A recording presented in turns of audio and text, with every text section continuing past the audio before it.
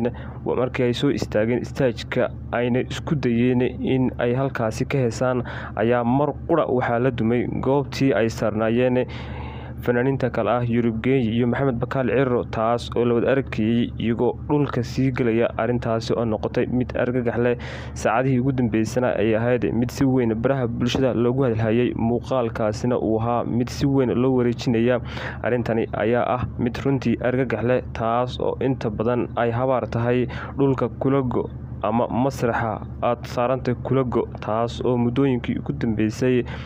bulshada Soomaaliyeed iyo guud ahaan ay u arkayeen xaaladaha ay ku jiraan fanaaniintu in ay tahay mid akhriseeg iyo adduunyo seeg ah, maadaama ay jawaab iyo fariin u tahay fanaaniintani in ay fanka isaga baxaan, maadaama